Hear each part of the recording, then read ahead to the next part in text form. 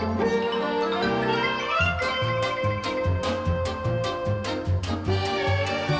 everybody, it's Chris Seeds, known online as Wootini, here with another Gay Gamer video podcast. As predicted and promised, I did finish Assassin's Creed Origins. Yay me! And overall, really enjoyed the game. Slightly less than Odyssey, I think, even though Origins has a better ending than Odyssey's. Blink and you'll miss it cutscene where you're like, wait, that was the end of the game. This one has like a story that like wraps up, and the cutscenes are extended, and it's a like, okay, here's the ending, which is a beginning, as it turns out.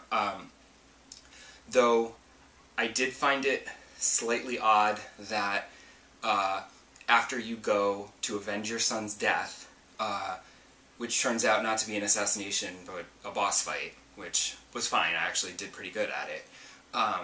It wasn't as hard as I thought it was going to be. After that, you then switch from Bayek to Aya again for some more ship combat. And I was like, really? Really? Like, right at the end of the game? Like, I know I'm in, like, the final missions, and, like, you're going to throw more ship combat at me? I hated it, because I didn't like the ship combat in Odyssey, but at least in Odyssey, it was recurring regularly throughout the game, and you could upgrade your ship with stronger weapons or stronger defense and, like, you know, level up your ship. Here, it just throws it at you, and it's like, it's been so long since I've done ship combat, I forgot how to do it. I couldn't get the catapults to work, and I struggled to get through it. And then you finally finish that, and then there's another boss fight, but you're Aya, so you don't have any of the weapons or skills or tools that you have been using as Bayek, so you have to kind of wing it using just basic stuff. Then there's a whole stealth section, which I found frustrating because you have no Senu to scout out where to go and mark the enemies, and you don't have the tools that you got used to using for the entire game as Bayek. And then at the end, I was just very close to the end, and I was like, I have no idea how to get to the exit because there's guards everywhere. And that's when I accidentally discovered that I had sleep darts, and I said, oh my god, that would have been, if I could have just used sleep dart the whole time, I could have just breezed right through the whole thing, walked right through the front door. So anyway, whizzed my way through that, final assassin, then the end cutscene where it turns out to have been Aya's story all along. And it was sort of weird and off-putting to suddenly be a different character for the end of the game, but it actually made sense because I read the article. I'm sure you've seen these articles online talking about the recent Ubisoft sexism stuff, and basically Bayek was supposed to die halfway through Origins, and then you became Aya, because Aya builds the Assassin's Guild and, like, becomes the main character. So, like, all of a sudden at the very end of the game, they're like, she's the main character now, and it's like, so out of nowhere. Whereas if they had done the original plan and had it been Bayek avenging his son and then he dies, so Aya then is like, I'm going to avenge my husband and my son and start an Assassin's Guild that's going to like be a hit video game series, then that would have been fine. But as it is, it comes out of nowhere and it's weird. So it makes total sense that that was true, and then they were like, no, it has to be about the guy, because nobody wants to play as a woman. And then in Assassin's Creed Odyssey, it was originally just supposed to be Cassandra, her story. And Ubisoft was like, no, nobody wants to play as a woman. At least give them the option to choose a man or a woman to play as. And naturally, everyone played as the guy, because gamers. But the article said that it was unfortunate because Cassandra's story was actually better. I didn't realize there was a difference to the stories when I played the game. I know people liked Cassandra, and they were like, oh, you should play it, it's like playing a Wonder Woman game. But I didn't know if... it wasn't clear that like she had a better story. I thought it was the same story, just with a different sibling fighting the other sibling. And I thought maybe it was because she had a better voice actor, because, you know, like in Mass Effect, where everybody's like, oh, play as the female Shepard because Jennifer Hale's much better.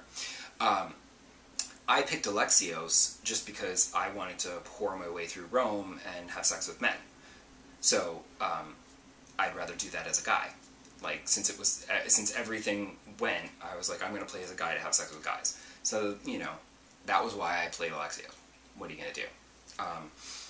And so, it's unfortunate to learn all of that, and hopefully that can change. Because, I mean, people don't mind playing as a female character. Lara Croft, Tomb Raider, hello.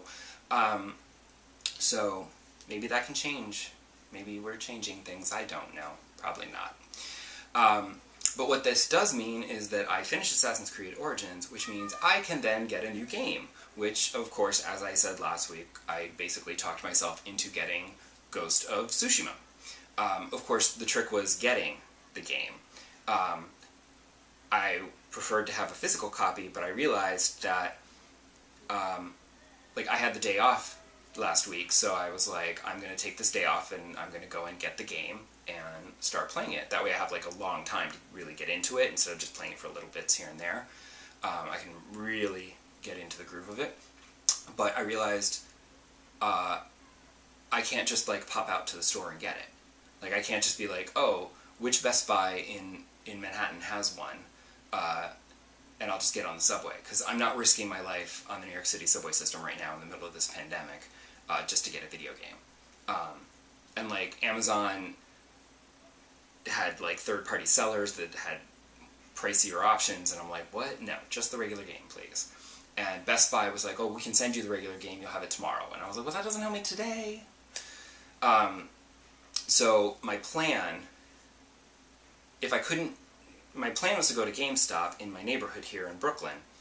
And if that didn't work, then I was going to go to Best Buy and purchase a PlayStation gift card to get the points from Best Buy, and then just use that to download the game from PSN. But as it turns out, the website said they didn't have it, but when I called the shop, they were like, oh yeah, we have it.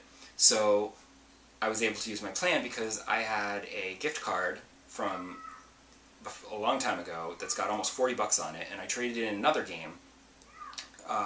So I basically only paid like $7 and change for Ghost of Tsushima, which was super awesome.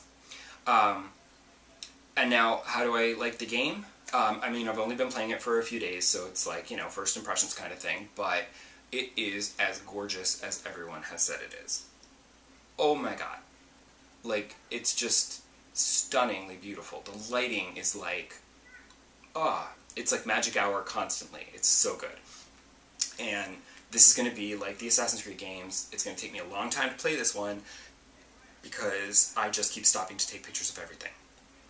I'm like, oh, that's pretty. Oh, that's pretty. Oh, let me take a picture of my new hat. You know, like, ugh. So, it's going to be slow going. But it's stunningly gorgeous. The story is typical action RPG, adventure game stuff. You know, the Mongols invade this Japanese island and kidnap the uncle, so this Jin has to go and, you know, defeat Mongols and learn new skills and get better equipment and level up a bunch of times as he recruits allies so that they can rescue his uncle and defeat the Mongol hordes. So, like, that's fine. The cast is good. The voice acting is good. I will say that I started the game using the Japanese voice acting with English subtitles, but after the introductory scene, I had to change that because, there was action happening while there was dialogue, so it was hard for me I was like, wait, this could get a little tricky, like, if I'm trying to, like, focus on what I'm doing while also reading subtitles.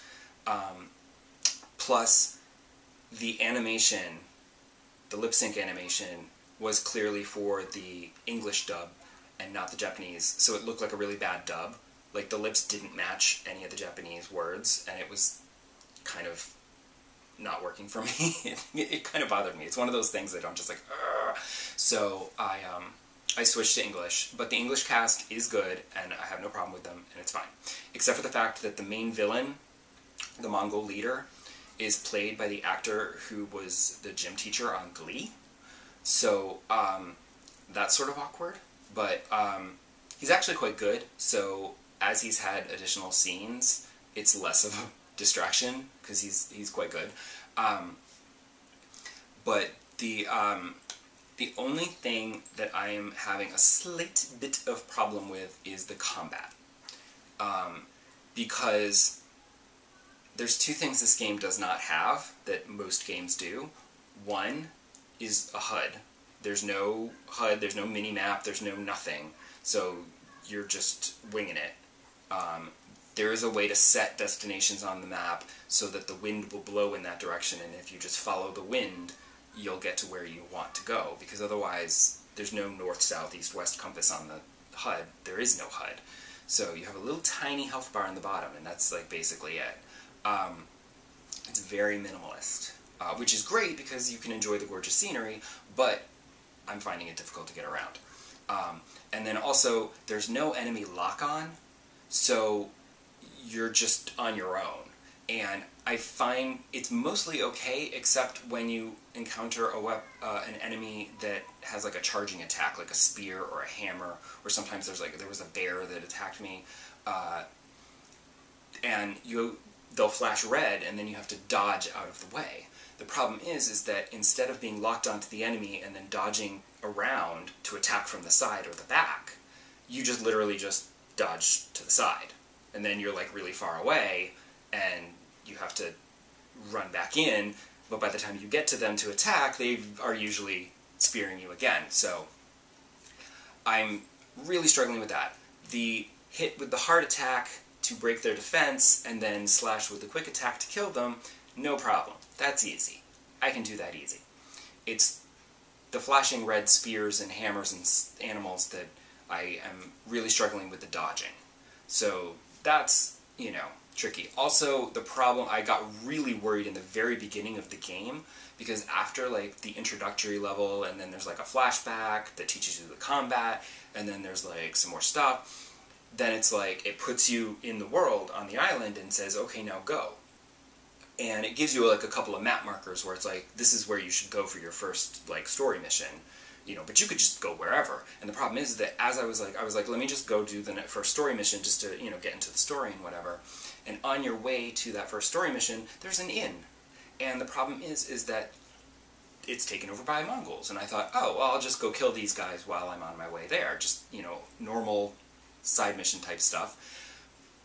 I got my ass handed to me like multiple times, to the point where I was like, oh my god, am I going to have to lower the difficulty down to easy? Because that would suck, and I would do it if I had to. But I was like, let me just skip this and go around and like do the story missions and see if I can like level up, and I'll come back later. And like this is too much for me like at the very beginning of the game. And sure enough, as I've been playing, there have been some tricky combat stuff, and I have died a bunch of times, but I've been able to persist, and I haven't touched the difficulty slider yet. I have been meaning to go back to that inn, but I have not yet done that. But I've been meaning to go back there now that I've like leveled up and I have some more health and I have some, you know, charms for my weapons and stuff, like, and give it another shot. But I'm hopeful that after a few days I have sort of gotten the hang of some of the combat, so I'm hoping that as I continue to play and level up, I will get the hang of the other side of the combat. That dodging is still a pain. If you are playing Ghost of Tsushima, please, you know, give me any tips or tricks you've got, leave them in the comments, and let me know what I should be doing or what I'm doing wrong. And I will see you back here next time for more Ghost of Tsushima. And, because I'm pretty sure I'm not going to be playing anything else. I mean, other than Animal Crossing, naturally.